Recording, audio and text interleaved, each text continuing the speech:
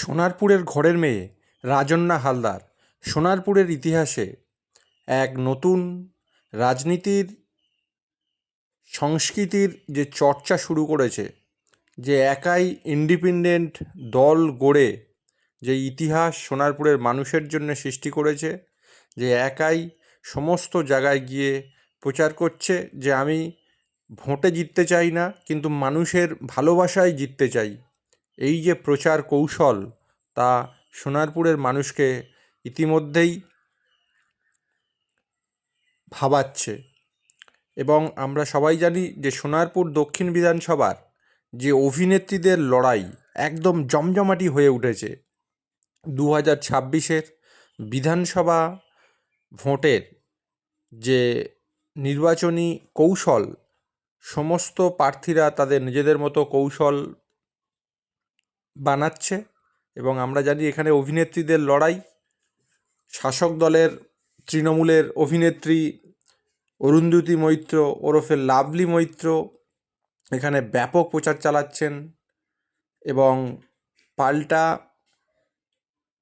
বিরোধী দল সোনারপুরের বিজেপির রূপা গঙ্গোপাধ্যায়, খ্যাতনামা অভিনেত্রী, সে তার মতো করে প্রচার করছে, বারবার বলছে এলাকায় কোনো উন্নয়ন হয়নি এবং মানুষ বিজেপিকেই চায়। পাল্টা তৃণমূল বলছে যে আমরা 365 দিন মার্কেটে ছিলাম, থাকবো, মানুষকে সব পরিষেবা দিয়েছি, যে কাজগুলো আমরা এখনও করে উঠতে পারিনি সেগুলো আবার মানুষের জন্য করব। আমরা এবার চলে আসি রাজন্যা হালদার মুক্ত মঞ্চ গঠন করে সোনারপুরে লড়াই করার যে সিদ্ধান্ত নিয়েছে, সোনারপুরের মানুষ তাকে কুর্নিশ জানিয়েছে। এবং এই রাজন্যা হালদার আপনারা দেখতে পাচ্ছেন বারুইপুরের এসডিও অফিসে তার নমিনেশন জমা দেওয়ার জন্য এসেছেন, এবং সেই কাগজপত্র খুঁটিয়ে দেখে নিচ্ছেন যে কী কাগজপত্র নমিনেশনে ফাইল করতে গেলে লাগবে, সেগুলি এখন রেডি করছে। আমরা সরাসরি এই ছবি দেখাচ্ছি বেঙ্গল টুডের পর্দায়, এক্সক্লুসিভ।